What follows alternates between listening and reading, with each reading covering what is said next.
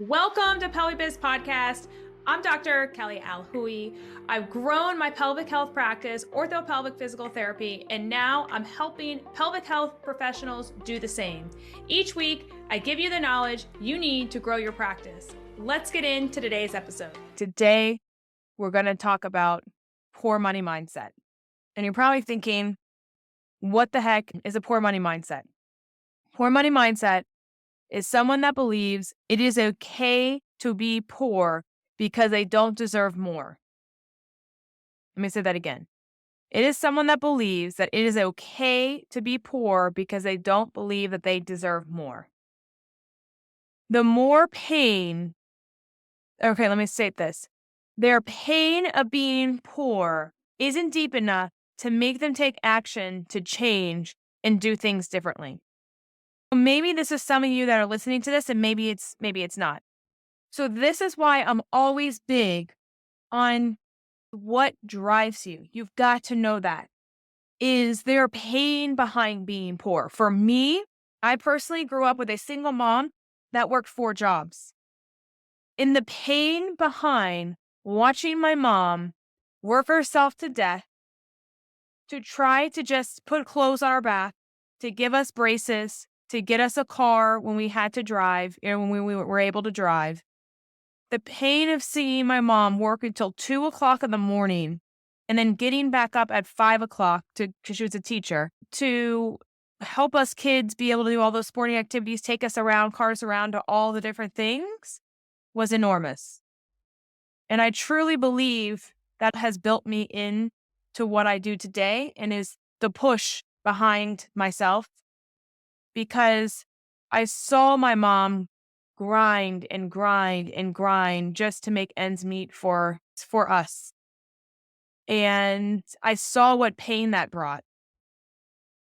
And I remember being 9 years old saying, you know what?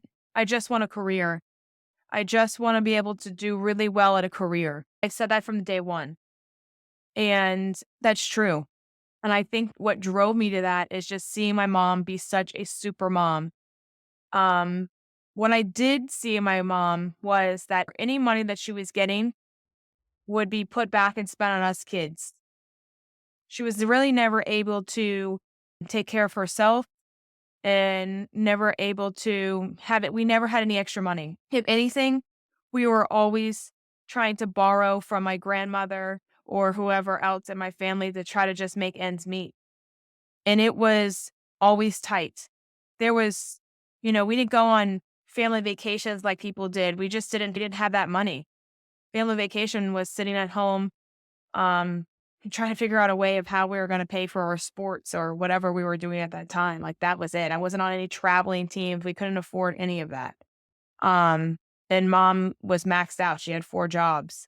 So personally, growing up, and this is something I want you guys to realize and look at your background. That's a little bit about my background. Is I want you to look at how you actually grew up. I grew up pretty poor, to where everything was a struggle. I remember literally my mom sitting us down, my brother, sister, and I at a dining room table. She took out Monopoly money. I think I was probably 15 years old. And I really remember this moment. My sister does not, but I do. She took out the Monopoly money and said, okay, so how much does your cheerleading skirt cost? Okay, I said like $40. She puts $40 in. How much does this cost? And then we put more money in. And we still had a list of what we were spending, and we had no more Monopoly money.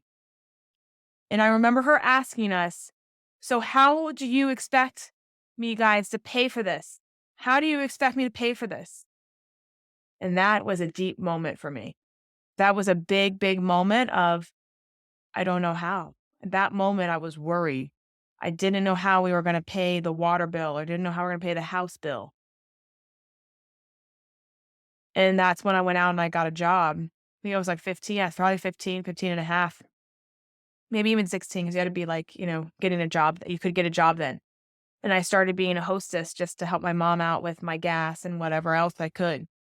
But for me, it taught me that we were a family of, okay, let's just try to get the money. And then we just immediately spent it. because of things that maybe, we spent it on clothes. I mean, we needed the things, but we just didn't have the investment mindset of, if I invest in things to help me out, be able to get me more money, then that's a good thing. But we just got the money in and we spent it and that was it. We were just investing. We were investing, yes, a little bit in ourselves, but we weren't investing the right way in ourselves. I think that's a very important point to make. Okay. We were just investing to get by. And that mentality of just to get by kept us, I believe, in a poor mindset, because we were just always looking at, well, what do we need to just make it to the next month? And if you have that mentality of, what do I need to just make it to the next month? That's a standard that you're going to just give yourself. You're just going to say, okay, well, I just need $4,000 make to the next month and I'm good. Until you start to set the standard of, I need $10,000 this month so that I can be good to, survive, but then also take that money and invest it in something else, then that mentality is actually the rich people mentality, which I'll get into later. But that's the mentality and the mindset that we should adopt. Okay. Another point is, we were always the coupon family. Like, do we have a coupon for that? Do we get those coupon books? Like, do we have that? So the people that are the couponers, and many of you guys, there's maybe many of you guys out there, and I'm not trying to offend anyone because we were that way growing up. Okay. But those people that were the coupon people and the savers, it's not the way to go. You can save all day, but until you learn to invest, then you will not have a rich mindset. Rich people know how to invest and gain good debt. Good debt, let's talk about good debt. Good debt could be student loans. It could also be bad debt. The reason why I could say student loans could be good debt is because, let's just say it cost me $200,000, which it did, for PT school. Okay. If I became an entrepreneur after PT school and it gave me 7 figures, so if it gave me $1 million, do you guys think that is a good investment? I would say, hell yeah, it's a great investment. Okay. So that is called good debt. However, student loans could also be bad debt. Bad debt is where, when I was working for someone else and I was only able to pay the minimum amount of my student loan payment, and it was going to take me 21 years, literally, I'm not kidding, 21 years to pay off my student loans. That is bad debt. If I come out with $200,000 student loan debt, and I started out personally making $62,000, and even when I was making $85,000 a year, it was still going to take me 21 years to pay my student loans off. That is bad debt. That is a bad deal. So depending on the scenario that you put yourself in, you can make things be bad debt and you can make things be good debt. Here's another example. Bad debt could be a car. If you just want a fancy car to drive around, a fancy car, to me, I consider that bad debt. What is that car going to give you? It may give you some happiness, so maybe that's great. But is it actually going to bring you a return on an investment into that car? That car typically is going to require tire changes. That's more money. Oil changes. That's more money. Maybe it has to change out the battery if it's an electric car. That's massive, a lot of more money. It has repairs. It's going to cost you more and more and more money. That is bad debt. Conversely, if you were to invest in yourself, let's say if you were to invest into like a personal trainer, okay? You invest in a personal trainer, and by doing that, that gave you so much more energy that you are now able to have energy to talk to more people. Well, that is good debt. Because you being able to talk to more people is actually going to bring you a return on your investment, and then your company is only going to grow. So that's a good investment because you're investing in yourself, and that's the best investment, which I'll get into in a second of what are good investments. Well, you know what? Let me get into it now. Good investments. The best investment is yourself. When I was working for another company, I was getting paid $62,000 a year. When I started working for myself, I 700x that percentage, and I started making a lot more than that per year because I now invested in myself to learn the skill set to then be able to make my own company, be able to accelerate, which then gets you a better return on your investment. Okay. If you invest in real estate, let's just say a personal property. Okay. You're probably going to make anywhere between 5 to maybe like 3 to 5% on that return on investment. If you do commercial real estate, it could be a little bit higher. It's around 8 to 10% on commercial real estate that you can get a return on a year, guys. By the way, a year. That's what I'm talking about. A year. Okay. Yourself, you can get a 700x return in a year. In 1 year, it doesn't have to take long. It's independent of time. It does not have to take long. So you can go from $0 in a year to $300,000 within 1 year. Doesn't matter the time. It matters how much are you willing to invest in yourself to then be able to use those tools to then be able to do amazing things. That's the point of this. But the poor money mindset is save, save, save, because the more I save, then the richer I become. But that saving and not allowing you to invest is actually holding you back. So poor money mindset people are stuck not getting the standards that they want to be high enough. They're stuck. You have to set the standards high enough. These poor money mindset people are the people that want to always shop at Walmart. They're always looking for the best deal. They're always waiting for things to be on sale. And that's the problem. They're waiting. Keyword is waiting for things to be on sale. Why wait? Just go out and get what you want. But you have to have an investment mindset to be able to go out and just buy what you want. Rich people invest in themselves. They invest in their 401ks because it's tax write-offable. They invest in themselves because they believe in themselves. They believe that if I have better tools in my life, that then I can make better choices to be able to, do better things because now I have better tools so that I can use these tools to now be able to get me to where I want. So for me personally, let me tell you this. I invested in a coach. Okay. I invested in a business coach. When I invested in that coach, it was the scariest thing ever because I paid, I think it was about $3,000 to this coach and I didn't have $3,000. So what did I do? Because I was still in the poor money mindset. I put it on a credit card. So I put it on a credit card and I said, all right, I got to make $3,000 because I don't have this money. So within 1 month, I took the tools that he taught me, which was marketing, sales, communication, unification, all the things. I took all those tools that I did not have in my toolbox because school did not teach me that.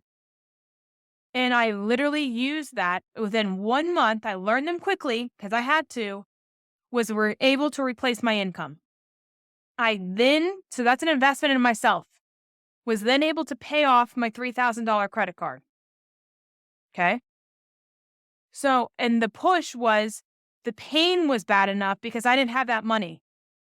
And it brought me back to my childhood of when my mom just every paycheck would just go to us and then we didn't have any more money. And it brought me back to that. And I didn't want to be there because I knew how painful and how hard that was back then. I just knew that I didn't want to be that. I didn't want to have to grow up like that. I did grow up like that, but I just didn't want to have to continue to grow up like that. So I knew I had to do things differently and learn new skills to then be able to make money to where it doesn't have to be something that's so like where I'm always on the fence of like, oh my God, am I going to make it this month? I'm going to make it this month because I grew up like that. And I didn't want that again. So I had to change my mindset of what are programs that I can invest in that's then going to give me a return. So I gave my coach $3,000, okay, for that 1 month. And it gave me $8,000 in return. Do you guys think that's a good investment? That's a damn good investment. That's really good. Gave me more than a 50% return. So then I was like, well, I might as well do this again. So we had another program that came up. It was like 20 or 30K. Here you go. No problem. I will invest 20 to 30K in a program right off the bat because I know if I invest 20 to 30K, I should be getting back $200,000 plus. And I did.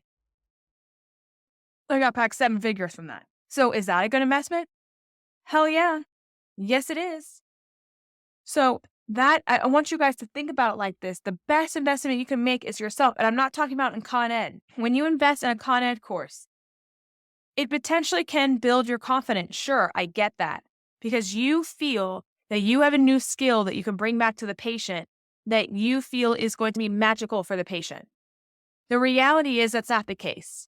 All it is feeding your ego and the fact that it's making you feel better about how you practice because you have another tool in your toolbox that you believe is going to be the magical pill for that person. But it's not. It's actually you just being able to communicate better to the patient and be able to listen to the patient is actually what's going to make that patient better. Because you're going to understand their needs. And coming out of school, we already have like 95% of what we actually need to treat patients. We really do.